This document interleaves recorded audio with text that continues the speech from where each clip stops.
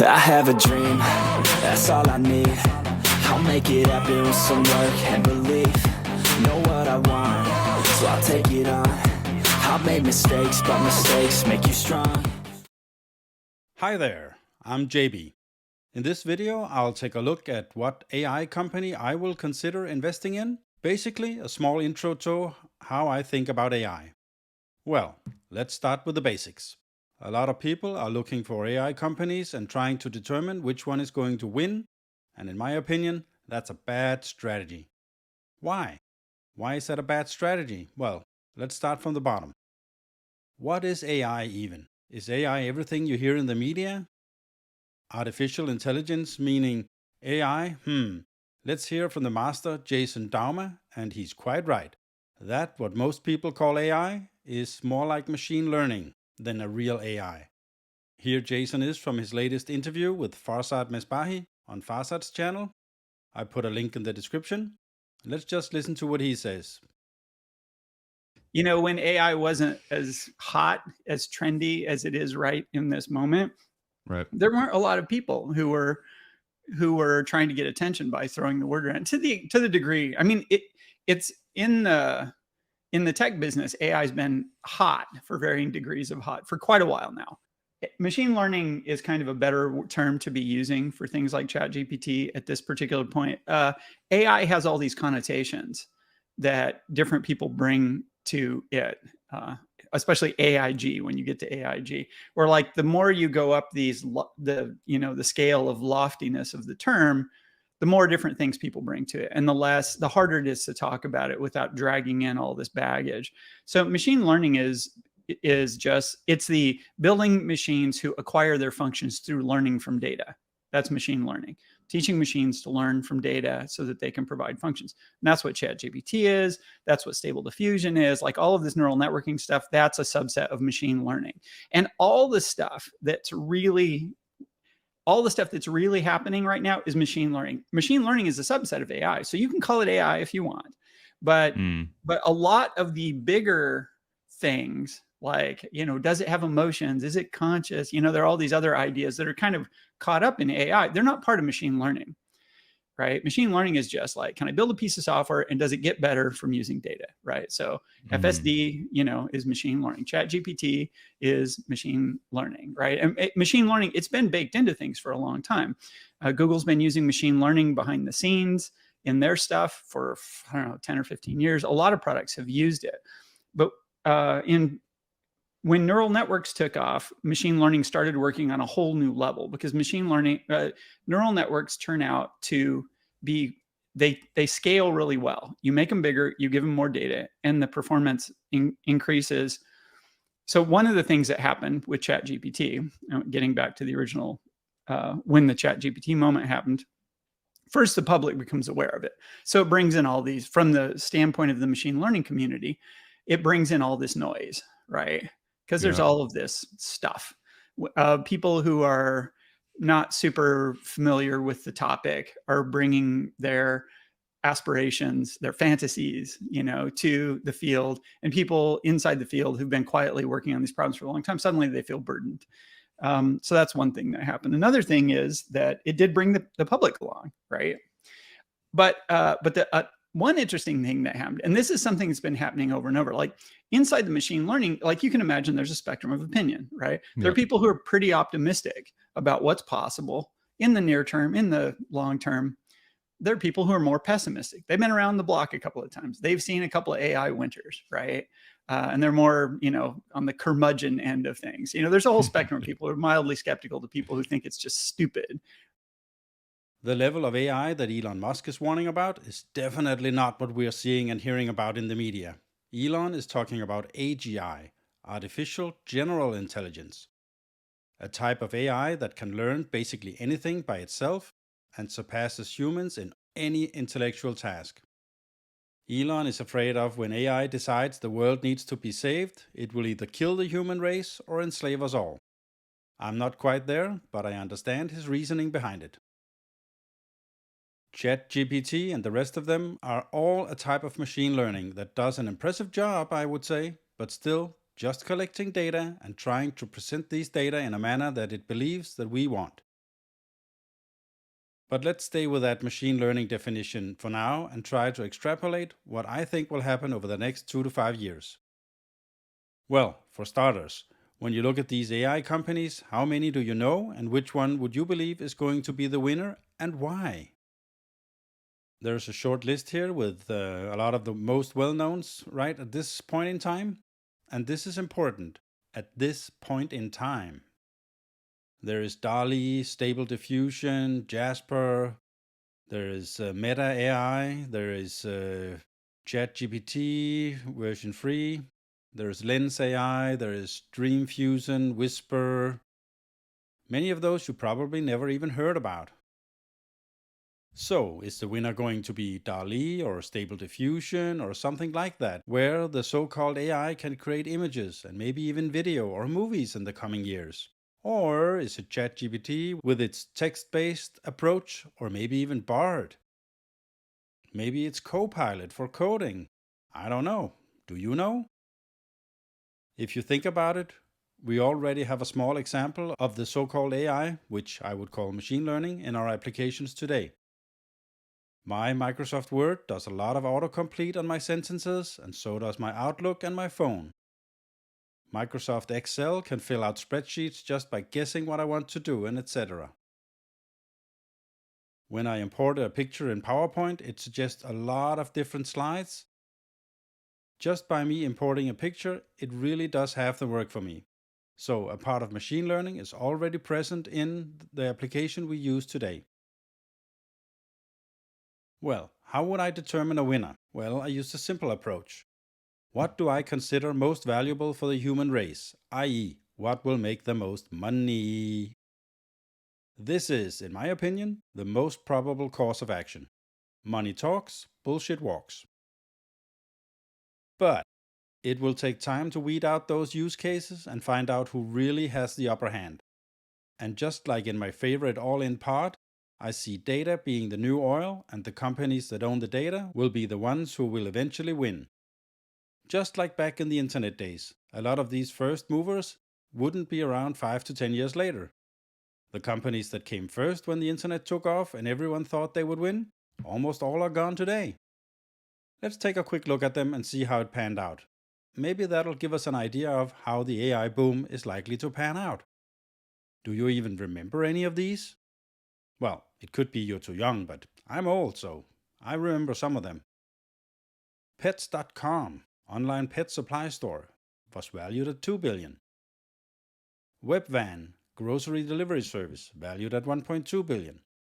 Boo.com, fashion, sold online, valued at $500 million. eToys, a company that tried to compete with Toys R Us. They definitely lost. GeoCities, Alta Vista, oh, there was one you probably knew. Infoseek, a search engine, eventually bought by Disney and disappeared. MySpace, Facebook before Facebook. I think they're still alive, but I don't know. Netscape, the most used browser in the beginning. I don't think anyone uses it anymore. So who ended up being the real winners of the internet? Well, it's the companies that built on what the first movers had done and tried to determine what is best for the customers. And of course, just like back in the gold rush days, the biggest winners were the companies who sold the shovels, the pans, the jeans, and all the equipment for the hopeful miners. So in that sense, a company like Nvidia is a good play. However, we need to think a bit further into the future and consider, where is this AI boom going? Well, what I'm trying to say is, the first mover advantage is not always the best, and usually number 2, 3, 4, 5, or even later will do a lot better over time. So why try to find the AI company that may survive and eventually win at this stage? It's too early. The investment that companies have to make today, let's say 500 million, will cost about 1 million in a few years. It's also a lot easier to go for the companies that provide the services these AI companies will need to offer their products and/or services. Let's hear a short clip from, again, my favorite podcast on that subject. Here is the all-in part with Chamath Palihapitiya and David Friedberg telling us the story.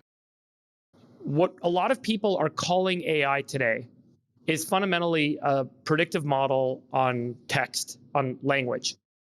I am making a language predictor that gives you a sentence. And it seems so profound because it is how we all interact with computers and interact with one another. And as a result, it is kind of viewed as this sea change across all of these industries instantaneously. It's this whole new era. But the fact is that, generally speaking, the digitization of things and the amount of data that's being generated on Earth is going up by some order of magnitude every number of months. And our ability to make predictions and build predictive models that are useful to specific vertical segments is improving every sequential cycle that this is happening across every vertical. And it has continued, and it hasn't changed, and it's not any different. Create new drugs, create new systems for producing molecules, for producing things that humans consume. And it is all buoyed by machine learning applied to large data sets and genomics and other metadata associated with human health and biology. The era of what people are now calling AI is an interface layer of language that's really creating transformational opportunities on how these tools, how these systems, how these models can be utilized and provided to all these different verticals. And allows us to rethink business models, to rethink interaction models, and to really change the economics of different businesses and the utility and the productivity of humans, because it is about speech, it is about communication, it is about what we fundamentally do as a species. So I would argue that the general trajectory of machine learning, the general trajectory of data generation, our ability to make predictions, generate value across all these different markets, is continuing in the way that it has been continuing for the last 20 years. And it is profound in its own right. And I wouldn't say that there's a massive sea change in that evolution because of large language models. Foundational models are getting disrupted every other week. They're being decreased in size. Parameters are being reduced. They're being commoditized. You can run these things on M2 chips. Everything is up in the air right now, and it's friggin' nuts. You're going to invest in a company at a $500 million valuation, and 6 weeks later, it's going to be worth zero because someone open sourced the exact same thing that you can now do for 100K. So that's very difficult and very different than, but there are still like these incredible points of inflection happening across all these other industries with respect to machine learning. All these foundational models, I think, are changing so rapidly that the thing that you want to figure out is like, what are you seeding it with to drive learning that's unique? And that's a data problem. So there's an example that I've given. This was an example given to me by Nikesh Arora. So it's not, I'm not going to take credit for it. He's the CEO of Palo Alto Networks. But he was telling me, you know, when you look at travel, the travel space, all the public travel companies are like $300 billion of public market cap. Expedia, Travelocity, all these companies. But they're pure middlemen. And they sit on top of a data feed that comes from a handful of companies. One of them is Sabre. And so I went and I looked at Sabre. Sabre is like a $1.3 billion company, a small little company. But they are the ones that go into all the airlines, extract all this gobbledygook data, normalize it, and allow Expedia, Travelocity, Booking.com to exist. In a world of machine learning where and AI, where theoretically you can have conversational languages inside of WhatsApp or Messenger or Instagram. You see this beautiful picture. You're like, book me a ticket to that place. Well, Sabre is actually the key value creator there. And all these Expedia examples that are plugins to GPT make no sense. They make no economic sense. Those companies should go to zero. So I've used that as a way, a forcing function for me to try to prove that there's really these two barbells. It's a barbell, bookends. One is a silicon and one of these sort of like data providers. That's probably an investable thing that's defensible. Everything in the middle, I think what Friedberg said is true, which is today it looks like it's worth a couple $2 billion, tomorrow it's worth nothing. And so I think you have to be very careful. So, as the guy says, the chat GPT moment is when everybody realizes that machine learning has a real-life use case. And this is one of the main reasons why NVIDIA has done so well lately. And they could be right. The big winner could be NVIDIA using the picks and shovels strategy. But in my opinion, NVIDIA will not be the long-time AI winner.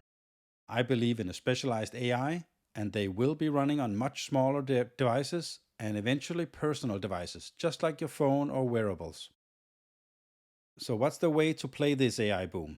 Well, There are three types of winners that will win no matter what. The ones who own or have the data, the ones who make the hardware needed to get the data, or those who own the infrastructure or access for the hardware to access the data. NVIDIA is a number 2 company, and I honestly think that their position is going to get disrupted in 3 to 5 years. If you heard the Lex Friedman interview with Mark Zuckerberg, he makes some very good points. There is not going to be one AI to rule them all. There's going to be a lot of small specialized AIs. They will do the job you need, and they will be really good at it. Just think about it. Do you want one AI that has everything about you, all your information? Or is it much better to have a little specialized AI that has only the information that it needs? Like a doctor, for instance, or a lawyer. Think of it like a specialized butler or assistant. It knows everything about you on that specific task that it's made to perform. Let's just hear the clip from that podcast. There's this notion of like, you're going to have an assistant or an agent who you can talk to. And I think probably the biggest thing that's different about my view of how this plays out from what I see with OpenAI and Google and others is, everyone else is building like the one singular AI, right? It's like, okay, you talk to ChatGPT or you talk to Bard or you talk to Bing. And my view is that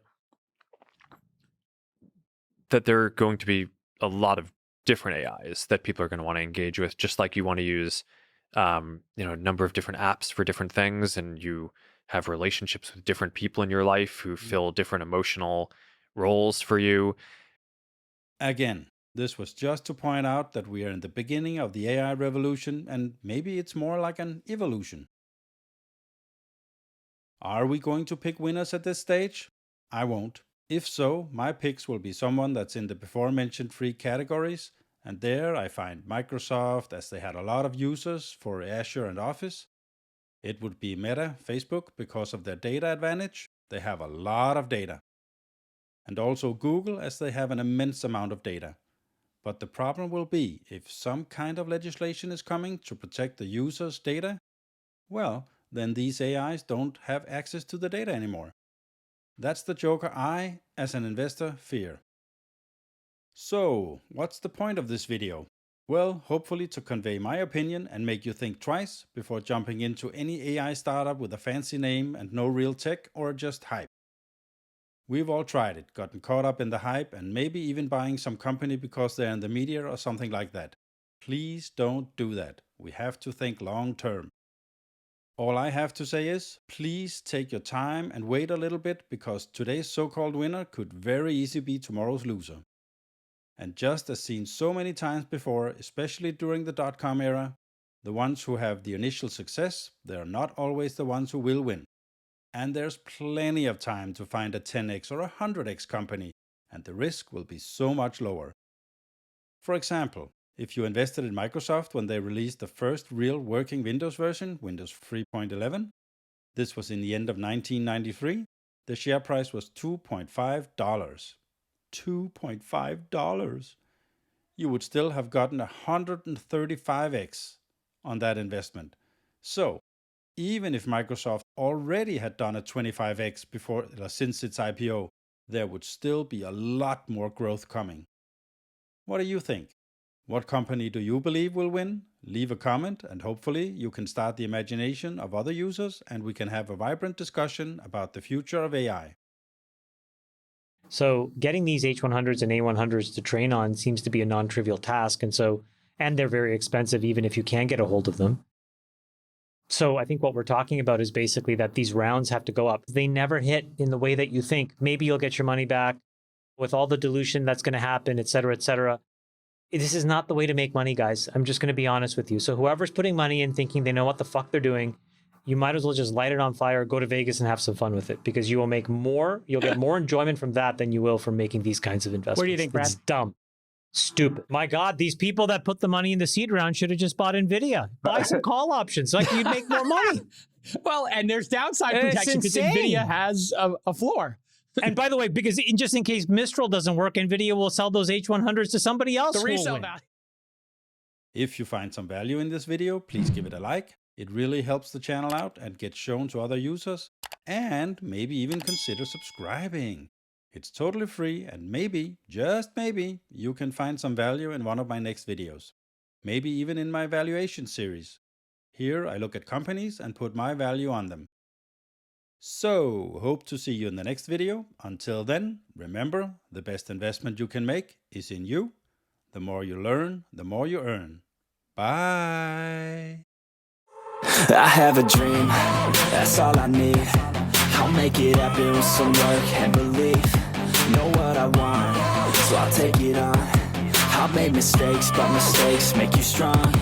Let's break it down for a minute. I want the crown, I'm gon' get it. You hear me loud, man, I'm winning. Yeah, Charlie Sheen will be grinning. These ladies know that I'm sinning, and this is just the beginning. I'm closing in the ninth inning. There ain't no point in resisting. Living